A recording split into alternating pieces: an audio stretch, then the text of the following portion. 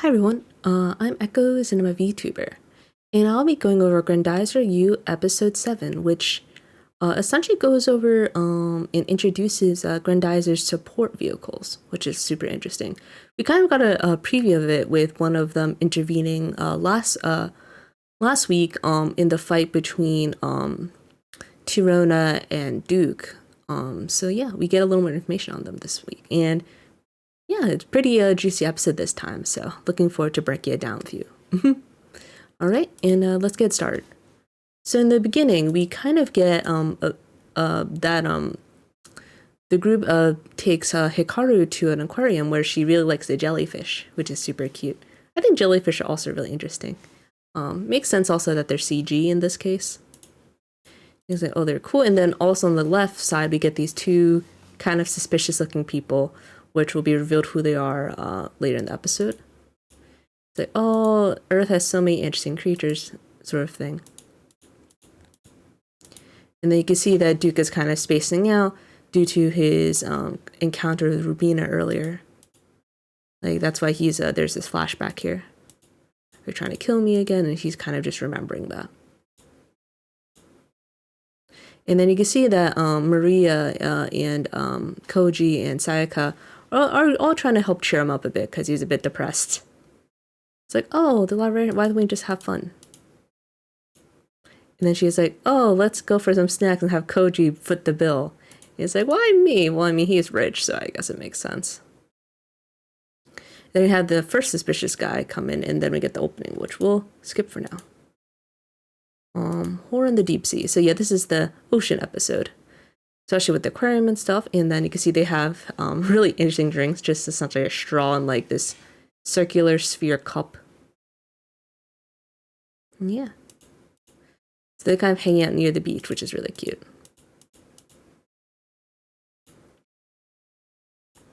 Oh man, and then she was like, oh, I wish my brother was a short-sized Koji, because he's the type to kind of be melancholic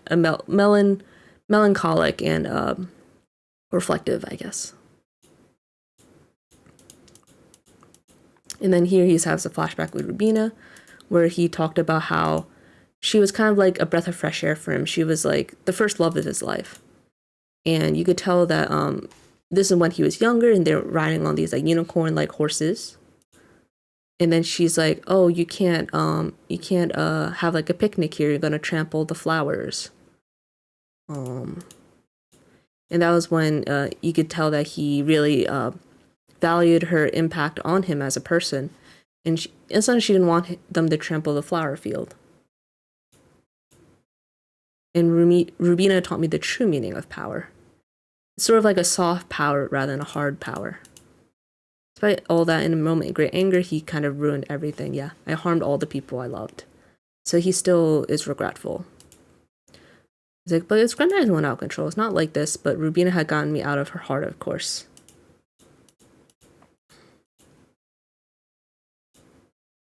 And then you see that the doctor's calling. They call him Dad, which is really cute. And they're kind of helping investigate those ruins on the Island of Wolves, which has all the Grendizer, what do you call monuments and things. Like, we think that these are inscriptions that date back more than 6,000 years. And then they have all the support vehicles on top of them. 1, 2, 3, which is super interesting.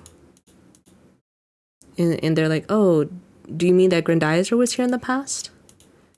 And you can see that Maria's taking a look through the video call, which is super interesting. And then you can see that she's looking closely at Hikaru, which is super interesting. It's like, oh, and then Hikaru's like, oh, I want to go there. And then she's like, please. And then she gets approval from Duke, and then she makes Koji take her there.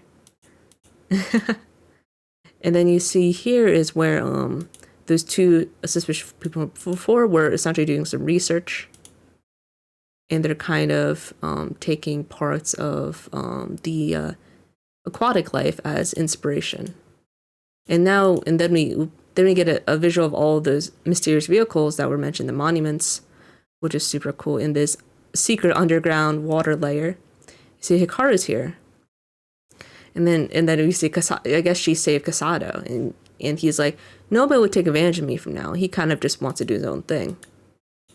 And then we get the revelation that it was not Hikaru that technically saved him. It was Kasado in Hikaru's vehicle.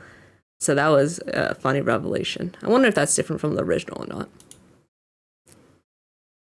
And he's like, why am I doing this? And she's like, no, it'd be too bad if Grendizer was defeated. So he's like, I don't care.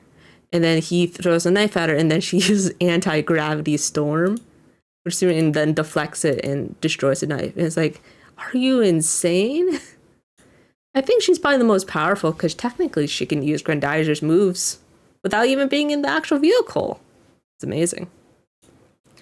And he's like, of course I want to be the one who's nominated to control Grendizer, not the Duke guy. And she's like, you got to be a good person then. And then she told him, you had the necessary qualification, that's why I brought you here. And it's like, how can I be a good person? I killed so many people and did lots of horrible things. And even so, you want me, and she's interested in him. And then she tells him, if you become a good person, you might be nominated to control Grendizer. It's interesting. And then he's like, how would you know that? And then we get the new revelation that, oh, I am Grendizer's guard. She is the one who decides who will be the one who controls Grendizer, which is super interesting. I mean, how else would she use anti-gravity storm, have similar abilities as the fleet siblings? He's like, what?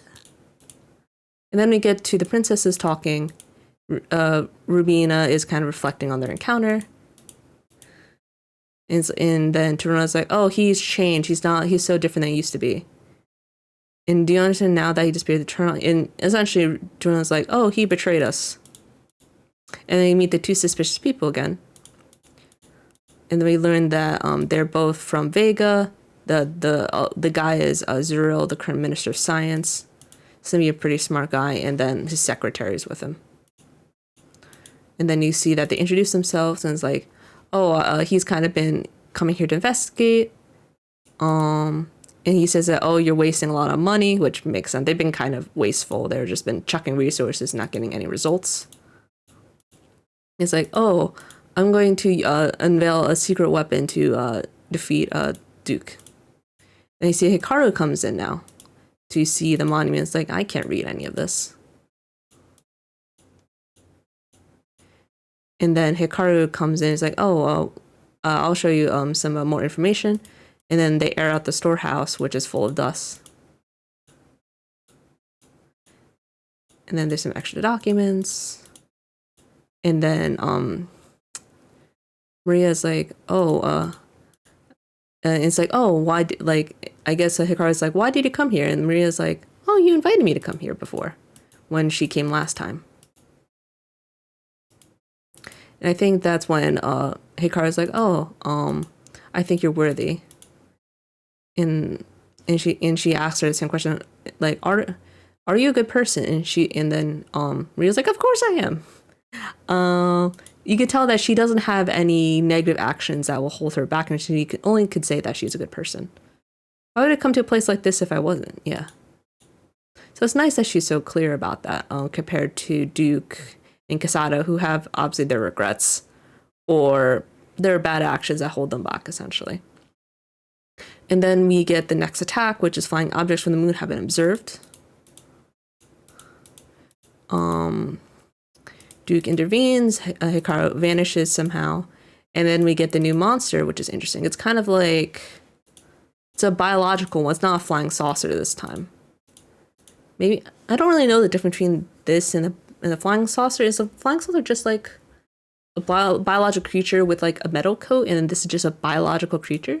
I don't know if there's a difference, but I found it pretty cool that this guy found. I was like, oh, this guy's Grendizer is weak underwater. So I think that was pretty cool that he tried honing in on the weakness to defeat it, and he's using I guess these ancient creatures that were better suited for underwater to defeat it. And you can see that those scales are reflected on the this monster's head. This one, it looks just like a giant chicken. Giant aquatic chicken with weird stuff on the back. But it's pretty tough, though, not gonna lie. It's probably one of the more formidable foes guys there's win against, even underwater. See, he's not doing well in the battle. Then Hikaru, like, is kind of looking around. Like, I guess there's an entrance to a secret base in Hikaru's storehouse. And then she kind of goes in. And then you can see that Hikaru's telling, oh, Kasado, you gotta go save Duke. He's kind of in a pinch. Like, I have a bad feeling about this. And then she kind of shoves him into the machine, which is kind of funny. And she's like, up, go. Then she's like, oh, that's where the machines were from, that monument. And then she says, like, oh, you went to save Duke. I'm going to go with you. And then they decide to help them together. I also think that the monster name is really cheesy. Like, Monster Bari or something. It's I think the names are terrible. Anyway, regardless, they're fighting.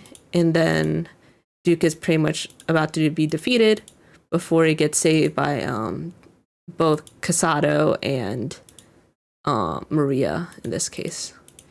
Kasado comes in this really interesting machine.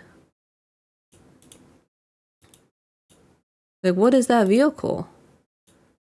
So, and then you can see that Maria comes in as well with a different machine. So she comes in with the one that has more drills and stuff, and then she kind of combines with the Grendizer to do like a combination attack. It's kind of interesting. But I gotta say that monster is really durable. It could even like deal with lava.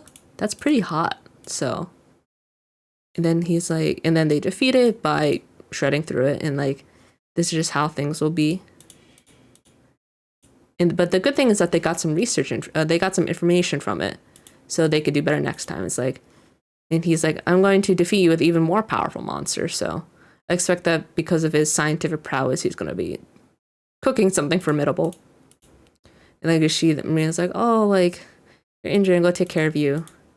Kasado is kind of like, And he's like, are you happy now? I'm like, yep. And then, do you think I'm a good person now? And he's like, nope. Don't get arrogant. But she does thank him, though, for his hard work. Because it's not like he could have, backstabbed Duke if he really wanted to, like he did before. But I don't think I don't know if he's the type to actually turn around a good leaf, or he's just like, oh, I'm going to stab this girl when she's vulnerable. So this guy's still suspicious, but at least he's helping like a little bit, which is better than nothing. And then we get a call back to Rubina, where she's like, I don't know what's true. So because of that, I need to meet the Duke, meet Duke myself. So I think that's a good call for her, because I think that's how, because she needs to, essentially wants to know why everything happened directly, as that's probably the best way to know the actual truth. Yeah, and then I wonder if the next episode will finally meet Rubina in person. Maybe she'll be disguised or something, I don't know. But maybe what will happen next time we get some more information. But overall, I really like this episode. We get a lot of new information. We learned that it was actually Kasado being helpful. And I don't know if that means that Hikaru can't pilot the machines, or she just deciding not to for whatever reason. Obviously, Maria is capable because she's very good with, space technology and stuff. But yeah, just kind of interesting that she's finally intervening now, out of all things. And that these machines seems to be like supporting units. They can go underwater. I don't know what other powers they have, but I guess they make up for the Grendizer's faults, as it's good in flight, but I guess it's not good underwater in certain other specific scenarios. So we'll see how that goes. We also like that Rubina's kind of learning more about the Duke by watching the battles, which is good. And then also we learn about the scientific minister dude, who's going to be suspicious, going to be the new enemy now, because the other guy's efforts aren't really working. So he'll probably cook up lots of biological beasts to try to defeat and grab the Grendizer.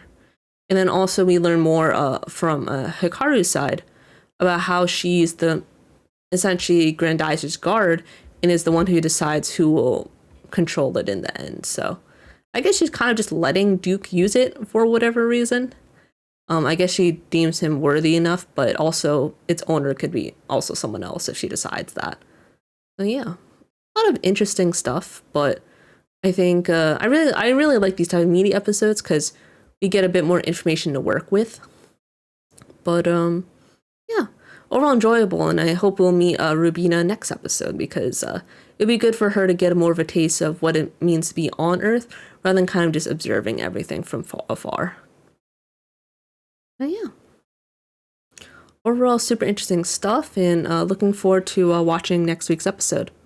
Thank you so much and have a good rest of your day.